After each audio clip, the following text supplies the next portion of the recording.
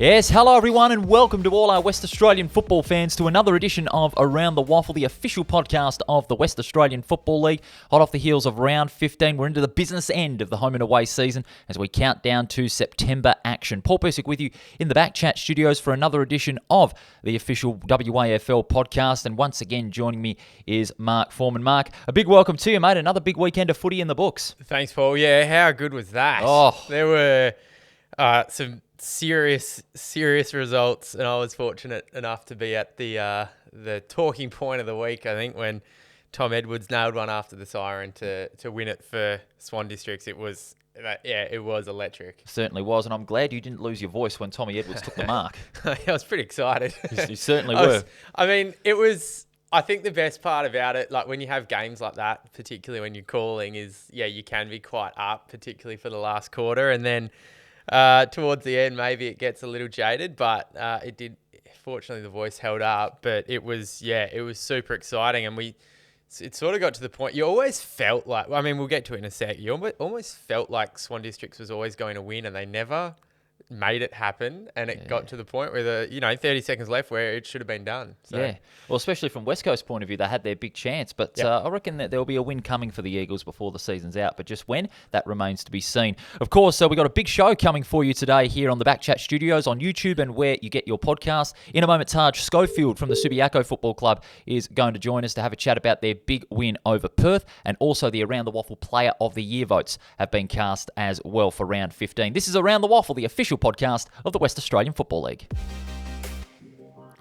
All right, Subiaco, they had a big win over Perth, and they are still alive in that fight for the double chance. And Taj Schofield, what a game it was from him. 4 goals in a great day out at Leederville Oval, and he's good enough to join us here on Around the WAFL. Taj, welcome to the show, mate. G'day, lads. Thanks for having me. Great pleasure to have you on the show, Taj. Big win, it was needed over Perth at Leederville Oval. Keeps you in the hunt for the double chance. Yeah, it was a massive win for us. Obviously, coming off the back of a few tough losses. We actually thought the games we lost, we didn't actually play overly bad. There was just a few things we needed to tidy up. And, we thought we did that on the weekend, and it resulted in a big win. Taj, you mentioned, a couple of weeks ago, it was a bit of a heartbreaker to Swan Districts. What was the message during the week as to what the response needed to be? Yeah, we thought that game, our effort and contest was actually really solid. It was more so just a bit of our ball movement and entries going inside 50 that sort of hurt us a little bit and made us defend a lot for a lot of the game. So we just, during the week we reviewed that, and that was a bit of a focus going into this week, and we thought we executed much better. Zach Clark, I must say once again, he has been dominant in the ruck. What it's been like playing with him across the season as he has returned from Victoria and has returned to a very ruthless Subiaco side. Yeah, it's been unreal to have big Zach back. He's obviously a big fella and a very experienced ruckman, and it's also very handy for us midfielders when he's getting 50-plus hit-outs most weeks and giving us first use. So, yeah, it's awesome to have him back, and he's had a massive impact on the group. Taj, just for yourself personally, you obviously found yourself on an AFL list previously and back here playing for Subi. Do you still have aspirations to push higher, or are you happy to settle in at Subi now? No, I'm definitely not satisfied where I am at the moment. It's still a very big driving factor of mine is to get back in the AFL, and I'm only 20 still, so I'm still pretty young, and feel as though I've got a lot of footy ahead of me. And if I can keep playing decent footy, if it happens, it happens. If it doesn't, it doesn't. But it definitely is a goal of mine to get back in the AFL. So as you push for that goal, Taj, where do you see that your main assets lie?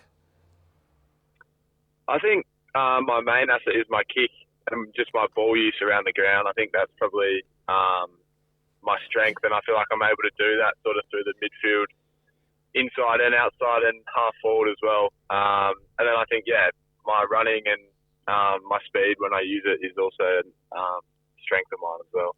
Yeah, I think we can agree that your game by foot especially has been on the up. 4 goals from 22 disposals.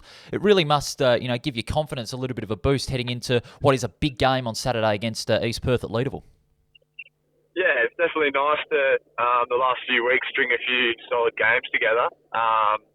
And yeah, definitely going into a big game this week, got a fair bit of confidence, and that's obviously always a good thing. So yeah, obviously my performances sort of comes off the back of a really good team performance, and we spoke about that in the review last night. Actually, that we played a really good team game, and it allowed individuals to play well in that team. And yeah, I was just lucky enough to be one of them, and yeah, got my lick of the ice cream. What's the feeling around the club, Taj? I mean, perhaps at the start of the year, some might have been surprised to see you in this position, but there's clearly a belief amongst the playing group because you're playing good footy. As you said, some of your losses have been only really tight ones. What's the feeling around the group? Yeah, the feeling's really good. We had a really solid pre-season, and I think that gave a lot of boys confidence. And then, yeah, when we started playing and we got a few good wins against, I think it was Claremont and West Perth early on in the year, and they were the premiership teams from last year. Yeah, I guess it just really gave us a lot of confidence. And although the last 3 weeks we haven't played our best footy, we still definitely think our best footy is good enough. And we're really looking forward to the challenge this week against East Perth, who are clearly the informed team of the comp at the moment. So we're really looking forward to that challenge. What a game that is going to be. Taj, all the best to you and Subiaco in that big game against East Perth at Leederville Oval on Saturday. Thank you, lads. Thanks for that. That was Taj Schofield joining us from the Subiaco Football Club. His game's just getting better and better, not only in midfield, but when he's needed to push up the ground to boost the scoreboard pressure, he is a very reliable target. Yeah, good player. And we've spoken about this a little bit. When you get players of that calibre come back to the WAFL system, a lot of them do stand head and shoulders above the rest. Not literally. Well, sometimes they do with Zach Clark. But, a guy like Taj Schofield, and he's now starting to get the rewards, like he said, on the scoreboard. Really, I found that really cool to know that he's not satisfied at all and is still wanting to push higher, which he obviously has the ability, and clubs have seen it. Port Adelaide saw it, and hopefully other clubs see it as well. And only at 20 years of age, the goal is still there and the desire is still there as well. Of course, he and Subiaco, a big game against East Perth at 2:40 on Saturday, which is live, free and in full on afl.com.au and on the AFL app, where every WAFL game can be seen across the 2023 season. This is Around the WAFL, the official podcast of the West Australian Football League. Paul Persick and Mark Foreman. All right, let's get to some more round 15 action, Mark. We'll start off with the game in Mandurah, the early game on the Saturday. East Perth just too strong. Big second half setting up the victory, despite being 3 goals down at quarter time. Yeah, it was, probably a little bit of a shock was sent through the camp at quarter time, but they were, too good in the end. We've spoken about how well East Perth have been this year and just find a way to do it. So whilst the final score suggests that it wasn't, that close, like you said, they were given a bit of a fright, and they were good enough. So, 6 goal, like Liam Tedesco to kick 6 was, just leading from the front. And I know one of your favourites, one of my favourite names, Sam Van Diemen. He played well again and finding the footy and kicking a few goals, but too good. And they're the trendsetters. And again, Schumacher, guys like Schumacher, Crowden, Brayshaw also seeing a lot of the footy. Brayshaw got a head knock during that game, but he played out the rest of the game, so he should be okay for the game against Subiaco. Of course, their backline a little bit affected by injury as well, but they should be fine for the game against Subiaco on that Saturday. Mitch Crowden, again, he's been in top form. Definitely one of the WAFL's best midfielders going around at the present time. 32 disposals and 11 tackles as well. Yep, and not for the first time I've said this, goal-kicking midfielders are a dime a dozen, and he's kicked 2 again. So we know that, again, like as a former AFL-listed player, we know that he knows how to find the footy. And when you start to add sort of polish like that, kicking 2 goals and, adding the grunt through the tackling, that's when you sort of go from good to great. Absolutely. And that's sort of, that's what he's stringing together. While for Peel Thunder, the only ones that really were able to string a good game together individually was Clay Hall, 21 possessions, and Blair Bell with 20. Hayden Matthews also with 23. But apart from that, nothing really connected for Peel Thunder after quarter time. They had 5 more inside 50s, but after quarter time, after halftime, I should say, they couldn't find any consistent avenues to goal. They only had the 3 behinds in the third quarter and only 3 goals for the rest of the game. Yeah, and I suspect that'll be somewhat of a worry for them because when you are able to have those sort of entries but unable to capitalise on it, I think they're the sort of things that coaches get a little bit testy about. So, yeah, perhaps a little problem. But, look, Peel, we know Peel won't play a part in they're, like, pushing and they've got a good core there. But I don't think they'll play a part in the last day. You don't think they'll drop? You think they'll drop out of the finals race altogether? I don't think they'll drop out altogether. I just don't think they'll be there at the very end. So it'll be very interesting. Yeah, I know. You'll bring that back when they make it, no doubt.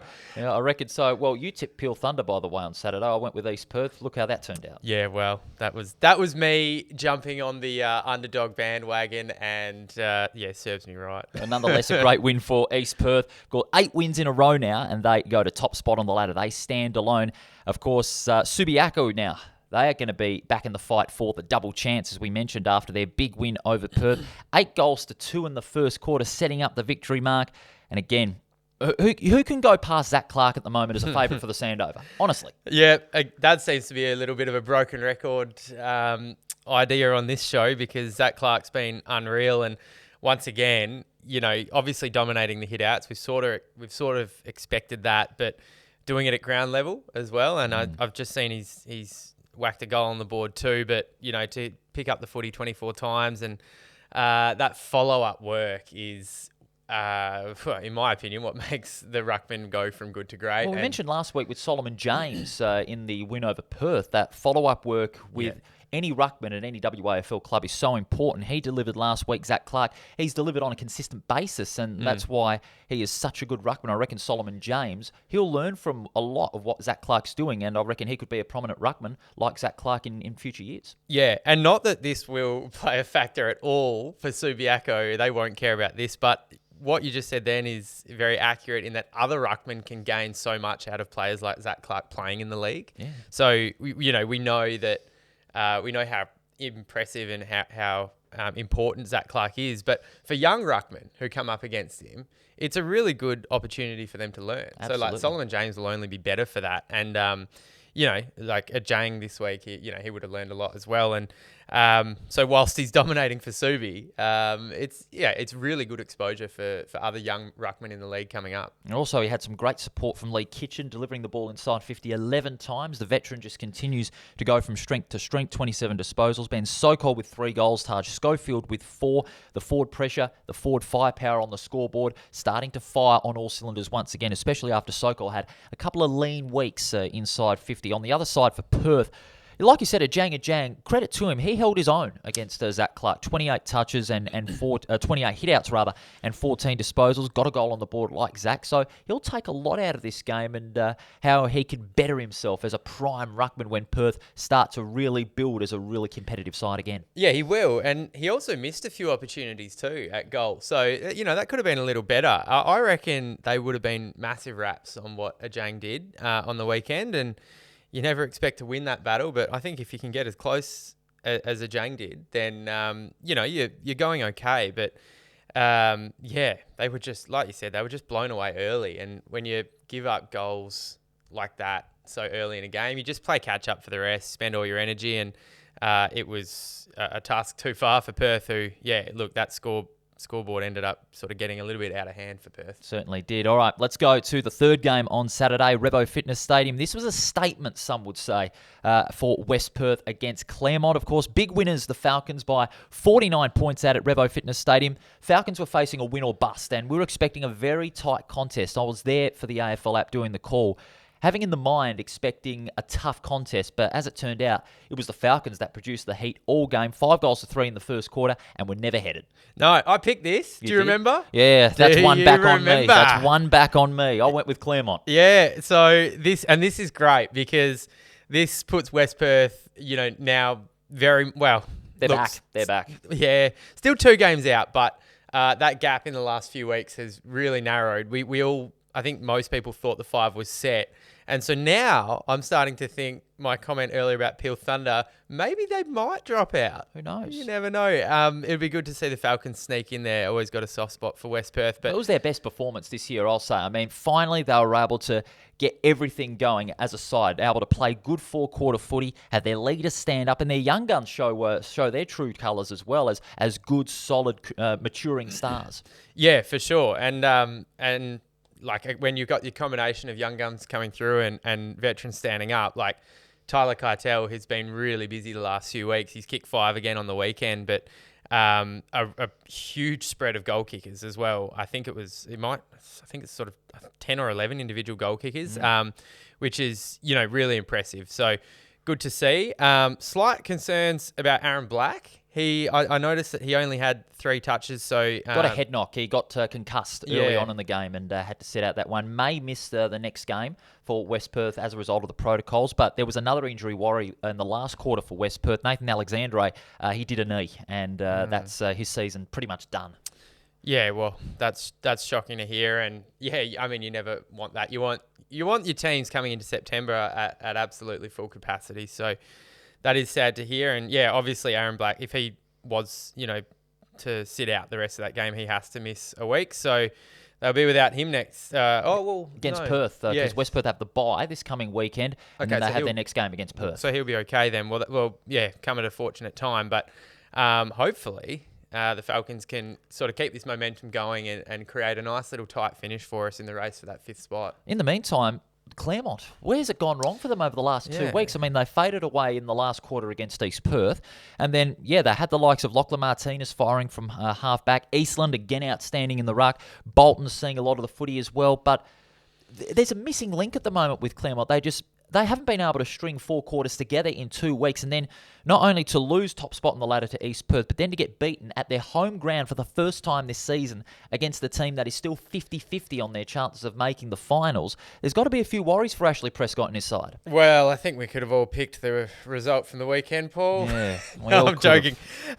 No, look, West Perth played well, but it's weird. It is. I find it quite strange because Claremont were right up there, in my opinion, with East Perth as your trendsetters, and they've dropped a couple of games which you probably wouldn't expect.